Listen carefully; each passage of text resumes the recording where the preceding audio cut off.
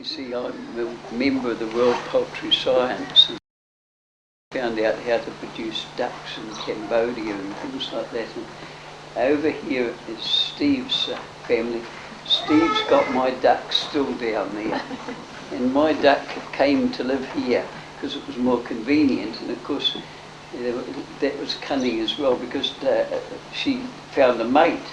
But once she lived at Estuary Road, it was quite lonely for her.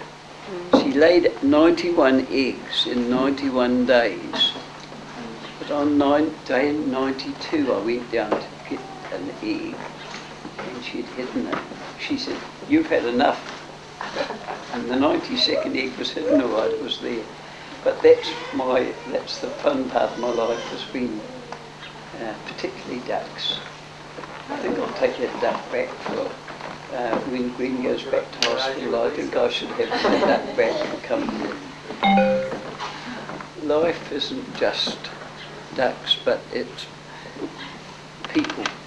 And I was telling Cam about my latest reading, The Life of D.L. Moody, a young shoe salesman.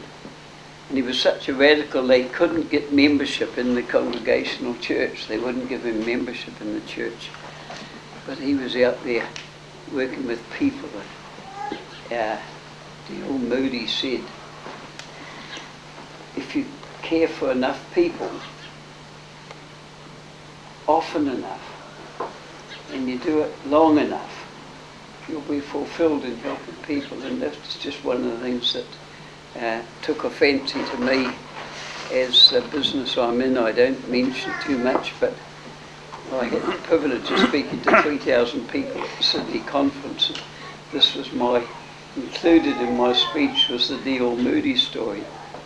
And so after that, a lot of Aussie Christians came up to me and said how much they appreciated the D.L. Moody story. So you can be an influence in the different levels. My life has been that of working with people, and as we've got Ed Cotton and Margaret here today, they work with me in the Zondervan program. In Zondervan, our objective was to put the Bible into every private school and every library. And we had the Book of Life put out by Zondervans for that purpose of putting into the hands of people doing homeschooling a wonderful set of volumes. Now, I used my skill as a salesman to put that program into all the libraries of New Zealand. And I started because the man in charge in Auckland Library had been a missionary in Lebanon. And he saw the Zondervan stuff and he said, "This is wonderful material. Give me a copy for every library in Auckland." So that's how I started. I ended up in Invercargill, and consequently Gwen was away in Bangladesh with Lorna and their first little boy, and when she came off the plane I said, "Don't unpack your bag. We've won the double trip to America." So my life has been people, and I've just enjoyed selling to librarians, the hardest people to sell to, and being successful and then going to America and meeting up with all the Zondervan team. That was just a few years of my life, which I felt was what I was meant to do. So I retired about 4 times, but never got into retirement.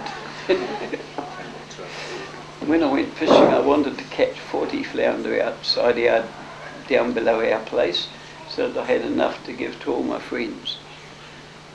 But the flounder dried up, we didn't get so many. But that's been, I've always done something a bit unusual. And we went around the world together a couple of times on the skin of an oily bag, but enjoyed everything we did together. Whether we won the trip and then added to it or whatever we did. I want to honour my family today, my sister Claire, who's already stood up when we welcomed her, my brother Ashley, or 2 of my siblings who are here today, and Ashley's wife. We just, our family, as you find out, we've got the skilled part of our family putting on that beautiful musical. Of because when you've got PhDs in music and linguistics and things, you've got all that skill and all that. I don't know where it came from, it didn't come from me, but it's all part of our family. And then we've got a whole lot of them are a blessing to us. And I suppose it's partly because we're committed to each other, but particularly the 50 years in which Gwen gave everything to our family. 100% commitment to her babies before they were born. We prayed for them and for our family, all to be people who know God. And the founder of the company I'm in said, if you know God intimately, you're on the right track.